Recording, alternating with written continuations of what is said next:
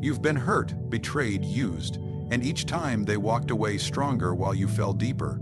But what if I told you, that ends today? This isn't just a lesson, it's your transformation. This is how nothing and nobody will ever hurt you again. They say emotions make us human. They say to feel is to be alive. But those who speak this way, those who romanticize their wounds, are not strong. They are soft, soft people who break easily, cry loudly, and heal slowly. And in the real world, where wolves rule the forest, softness is nothing but an open invitation to be devoured. You have likely been hurt because you felt too much. You loved too quickly. You trusted too early. You forgave too often, and what did it bring you? It brought you pain wrapped in pretty lies. It brought you disappointment disguised as loyalty. You gave people the sword and hoped they would never stab you. And when they did, you bled and blamed them, not yourself. But the truth is that you were complicit. You gave them access. You gave them belief. You gave them emotions they never earned. Your openness was not kindness. It was negligence, and pain entered not because people are cruel by nature, but because you refuse to close the gates. Power begins where emotion ends. The moment you stop being predictable, you become dangerous. The man who smiles while being insulted, who remains calm while being betrayed, who shows no sadness when abandoned, he is feared because he is unreadable, and the unreadable cannot be manipulated. That is what emotional armor is. It is not apathy, it is precision. It is the choice to feel but not reveal. You still experience anger, pain, desire, but you choose when and where these feelings are allowed to surface. And when they do so under your command, not as involuntary eruptions that others can exploit. Think of the chess master. He may be losing pieces on the board, but his face is unmoved, because he knows the next 7 moves. His heart does not beat faster with each sacrifice. His pulse does not give away his intentions. You must become that player, calm, unreadable, and utterly disciplined. Because while fools bleed over broken promises, the strategist already anticipated the betrayal.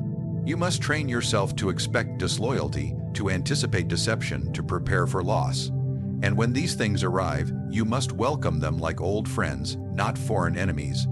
The more you expect the world to be fair, the more unprepared you'll be when it shows its teeth. But when you remove your emotional expectations, every interaction becomes data, not drama. Someone leaves you, good, that tells you who they are. Someone mocks you, good, that tells you where they stand. You begin to see reality not through your feelings, but through results. And when results guide you, pain does not control you. The art of appearing indifferent, even when something cuts deep, is not deception. It is dominance. If they know what breaks you, they will use it. If they see what moves you, they will pull it. And if they sense that your peace depends on them, they will destroy it just to watch you suffer. People are not all evil, but many are opportunistic. They press where there is softness. They invade where there is no guard. So give them nothing. Give them the image of calm even when your world is shaking. Give them still eyes even when your soul burns. Give them silence where they expected a breakdown. Because when you control how you appear, you influence how they act. Understand, the goal is not to become hollow. The goal is to become impenetrable. You still feel, but you feel in silence. You still cry, but you do so alone where no one can feed off it. You still hurt, but you learn. And when you rise again, no one will know you were ever struck. Let them wonder how you're still standing. Let them guess how you remain unmoved. Let them whisper that you're cold, distant, or heartless. They can call it what they like, because only you will know. It's not the absence of emotion that protects you. It's the discipline of mastering it. And now, the blade they once used against you will fall useless to the floor. For there is nothing left in you that bleeds on command. You think loyalty protects you. You think being close to someone makes you safe. That if you open yourself, reveal yourself, love with purity, they'll never hurt you. That if you treat others well, they'll return the favor. This belief, that proximity equals protection, is the very reason you've suffered. The closer someone stands to you, the more damage they can do. Betrayal never comes from an enemy. It comes from the person you invited inside the castle, the friend, the lover, the confidant. They smile with you. They eat with you, and when the moment is right, they strike, not blindly, but precisely because they know you. They know your weak points, your fears, your dependencies. You handed them the blueprint. And now you wonder why they knew where to aim. That is the cost of attachment without strategy. And most people make this mistake because they confuse emotion for alliance. They think someone's presence means permanence. But in truth, presence means nothing. You must study people, not feel them. Observe, don't attach, and never assume. Every person in your life is either a tool or a threat. That's not cruelty, that's clarity. You must learn to ask yourself one question every time someone enters your space. What are they here for? Some are here to feed, others to spy, others to destroy you slowly while pretending to build you up. They'll offer love, advice, validation, but every gesture is a transaction. And if you don't calculate the cost, you will be the one paying for it. Distance is power. When you're too close, your vision blurs. You start justifying red flags. You explain away manipulation. You say things like, they're just going through something, or they didn't mean it. And by the time you wake up, you've already been gutted from the inside. You must become the tactician, not the follower. You must practice emotional surveillance, not surrender. Do not open your doors because someone knocked gently. Watch how they move. Listen to how they speak about others when they're comfortable. Notice how they respond to your success. Does their joy look forced? Is their support quiet, inconsistent, or theatrical?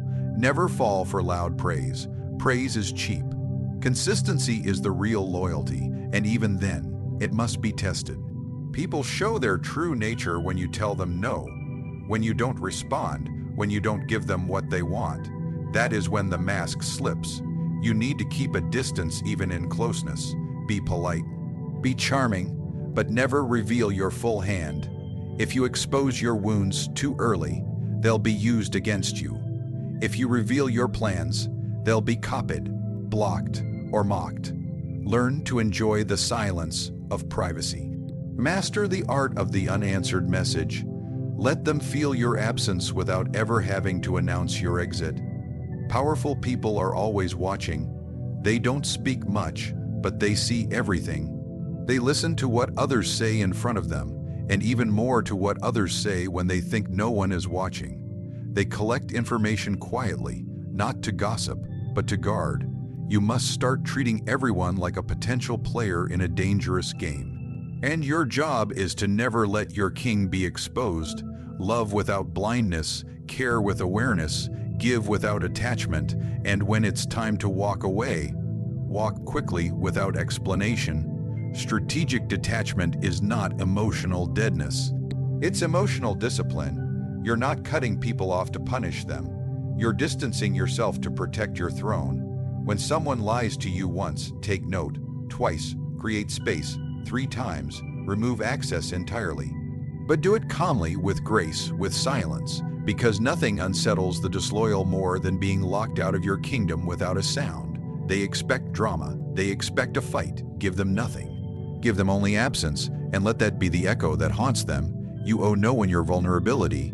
You owe no one an explanation. You owe yourself peace, clarity, and control that comes not through affection, but through observation. You must stop living from the heart. The heart is easily fooled. You must begin living through the mind. The mind records patterns. The mind sees repetition. The mind never forgets how many times someone smiled while hurting you. Be near people, but never in their grip. Be friendly, but not familiar. Trust slowly, and even then, test often. Don't assume someone's value based on how they make you feel. Feelings change, people shift. Loyalties fade. What matters is what they do when you are no longer useful to them. Watch that moment closely. It tells you everything you need to know about what they truly are. There comes a time when silence must speak louder than screams. When disappearing is more powerful than defending. When being cold is not a flaw, but a strategy. You were taught to be warm, to be soft, to respond to attacks with kindness, to always explain yourself. But what did that warmth bring you?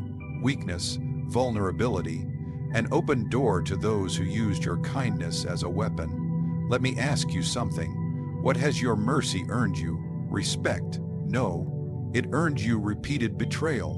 What has your forgiveness built for you? Peace? No. It built patterns that allowed people to hurt you again and again, knowing you'd come back. Your warmth was currency for their manipulation, and they spent it without regret. This is where calculated coldness begins. You see, power is not always loud. It doesn't always take the form of anger or retaliation. Sometimes the most dangerous person in the room is the one who says nothing at all. No threats, no shouting, just a calm, chilling absence that speaks volumes. When you become cold in the right moments, you force the world to rethink how it approaches you. You must start learning to respond with nothing. Because nothing can be terrifying. You don't yell at the person who disrespected you. You simply never speak to them again. You don't post about your pain. You don't ask them why they did it. You don't beg for closure. You remove yourself entirely.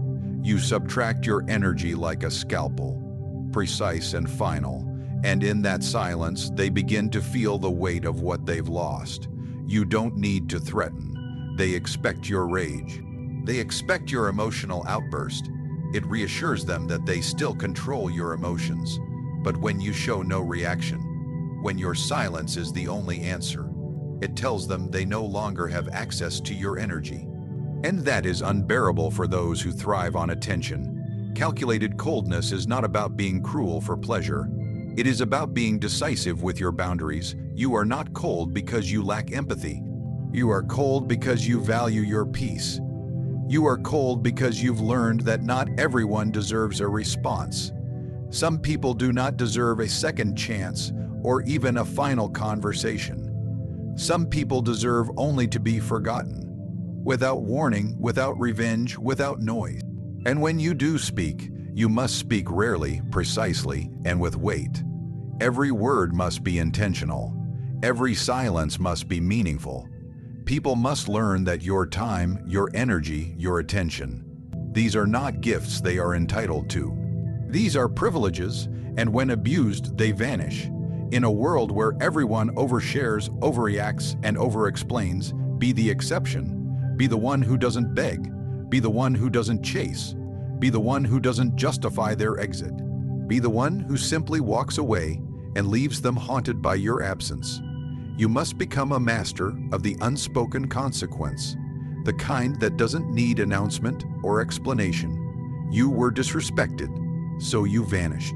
You were lied to, so you stopped listening. You were manipulated, so you detached. No arguments, no last words. Just a clean, cold severing of ties that leaves the other person stunned, because people don't expect silence. They don't know how to respond to emotional stillness. They're used to chaos. They want your anger. It feeds them. Don't feed them, starve them. Let them realize that losing access to you is punishment enough. And if you think this is too harsh, think again. The world is not moved by your softness. It is moved by your discipline. You're not here to play the healer for the people who cut you. You're not here to hold hands with those who pushed you into fire. You are here to rise, to preserve yourself, to build a life where your energy is sacred and your circle is armored. So adopt selective cruelty, not the cruelty that harms, but the cruelty that protects. The cruelty of saying no and meaning it. The cruelty of ignoring disrespect. The cruelty of knowing you could respond, but choosing not to. Choosing to remain untouchable. Choosing to protect your peace by building walls, not bridges, for people who burn everything they touch.